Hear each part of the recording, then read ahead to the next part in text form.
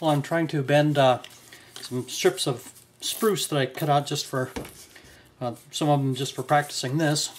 Others I'm going to use for the linings. This is also about twice as thick as the maple sides that I'll be using. Oh, I split it. I guess I was trying to go too far too fast. So I'm trying something new here. I've put a paper towel on the iron that I'm trying to keep wet, and I've cut a strip that is a lot closer to the depth of the ribs, the way they're going to be when they're done. This is probably actually still a little thicker, but the other piece that I was trying to bend was probably 3 or 4 times as thick. This is maybe 1.5, 2 times as thick. Well, that worked out quite a bit better, actually. I did end up with one small tear, but it's a fairly good bend. I think if I'd been maybe more patient, that wouldn't have happened, so I'll have to keep practicing. I've been at this for almost 4 hours now, and I finally got a bend that's sharp enough for one of the C-bouts, and with almost no tearing at all. So just a very, very little bit on one edge, and I think I could probably get around that by just bending a piece that's thicker.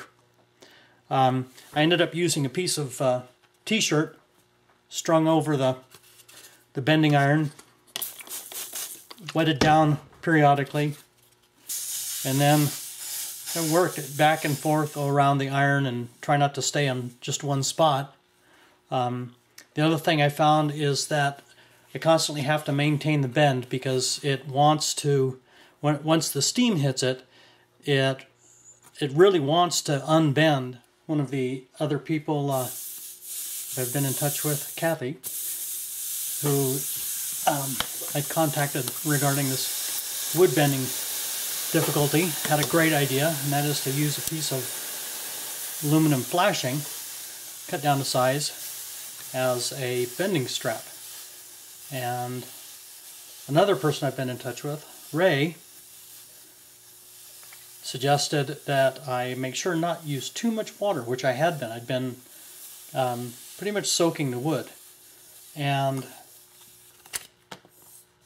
I also read more in The Art of Violin Making, where they suggest using the rag with the water on it just to begin to steam the wood, and then you actually do the bending with the wood dry.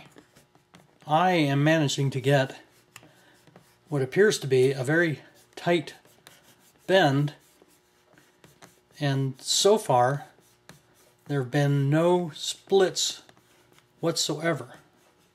And using this band also allows me, once I'm done with the iron, to hold the bend. So I can just repeat the process if I want to. So right now I'm going to move the bend, add some more to the back of it so that I can make it even tighter.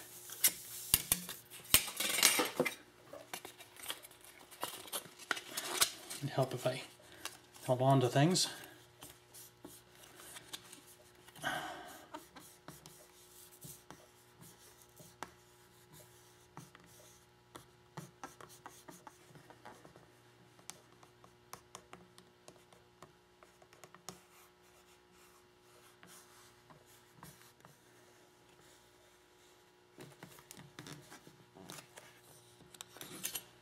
One of the things that Kathy suggested guarding against was scorching the wood, and so far it doesn't look like my iron is hot enough to do that.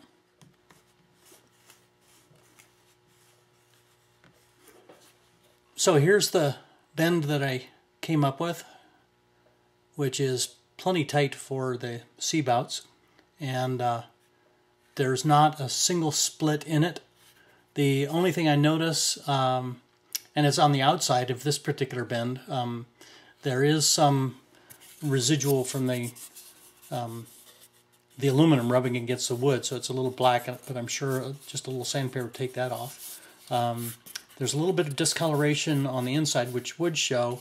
I suspect that may be from my having rubbed the aluminum against the copper earlier and maybe left some residue on there, so I'll have to make sure that's cleaned up. All right, this is great. Thank you, Kathy. Thank you, Ray. Looks like I'm going to be ready to bend some maple next week.